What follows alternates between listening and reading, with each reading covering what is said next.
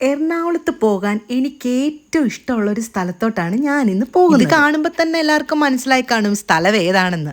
നമ്മുടെ സ്വന്തം ഫോർട്ട് കൊച്ചി. എന്നെ പോലെ തന്നെ ഒരുപാട് ഫോർട്ട് കൊച്ചി ഫാൻസ് ഉണ്ടെന്ന് എനിക്കറിയാം. ഇത് സെന്റ് ഫ്രാൻസിസ് ചർച്ച്. ഈ പള്ളിയിലായിരുന്നു നമ്മുടെ വാസ്കോഡ് ഗാമയെ അടക്കം ചെയ്തിരുന്നു എന്ന് പറയാനുള്ള കാരണം അടയ്ക്ക് ഒരു 14 വർഷങ്ങൾക്ക് ശേഷം അദ്ദേഹത്തിന്റെ ഭൗതികാവശിഷ്ടങ്ങൾ ലിസബണിലേക്ക് കൊണ്ടുപോയി.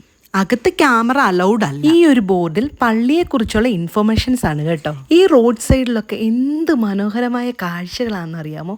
എവിടെ ഫ്രെയിം വെച്ചാലും ഭയങ്കര ഭംഗിയുള്ള സ്ഥലമാണ്. ഫോറിനേഴ്സ് ഒരുപാട് വരുന്നത് കാരണം ഇങ്ങനെയുള്ള കുട്ടി കുറേ സംഭവങ്ങൾ അവിടെ വിൽക്കാൻ വെച്ചിട്ടുണ്ട് രണ്ട് സൈഡിലും. ഈ വീടും എല്ലാവർക്കും മനസ്സിലായെന്ന് എനിക്കറിയാം. ബിഗ് ബിയിലെ സാക്ഷാൽ നമ്മുടെ മമ്മൂക്കാടെ വീട്. അടുത്തത് ഞാൻ കാണാൻ പോകുന്ന സ്ഥലം ഡച്ച് സെമിത്തേരിയാണ്. ഇന്ത്യയിലെ തന്നെ ഏറ്റവും പഴയ യൂറോപ്യൻ സെമിത്തേരികളിൽ ഒന്നാണിത് കേട്ടോ.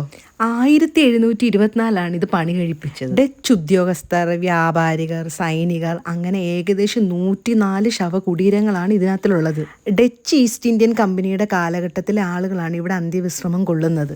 ഞാൻ ചെന്നപ്പോഴേ ഒരു ഗൈഡ് കുറച്ച് ആളുകളെ കൊണ്ടുവന്ന് ഇതിൻ്റെ കാര്യങ്ങൾ ഡീറ്റെയിൽ ആയിട്ട് പറഞ്ഞു കൊടുക്കുക.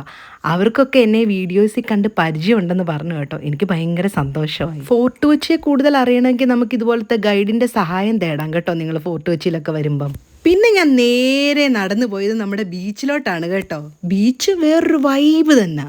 അല്ലെങ്കിൽ ഈ ഫോർട്ട് കൊച്ചിയിൽ എവിടെ വൈബല്ലാത്തത്. പിള്ളേരെ പറ്റിക്കാൻ കുറച്ച് സാധനങ്ങളൊക്കെ അവിടെ വെച്ചിട്ടുണ്ട്. ഞാൻ ചുമ്മാ സ്പൈഡർമാനൊക്കെ എടുത്തൊന്ന് നോക്കി. എനിക്ക് ഈ ഫോർട്ട് കൊച്ചി വരുമ്പോൾ തന്നെ ഉണ്ടല്ലോ ഭയങ്കര സന്തോഷവും സമാധാനവും കിട്ടും. ബീച്ച് സൈഡിലും കച്ചവടം നല്ല തകൃതിയായിട്ട് നടക്കുന്നുണ്ട്. പൈനാപ്പിളും മാങ്ങായും ഒക്കെ. ഇത് കാണുമ്പോൾ എങ്ങനെയാ വാങ്ങിക്കാതിരിക്കുന്നത്.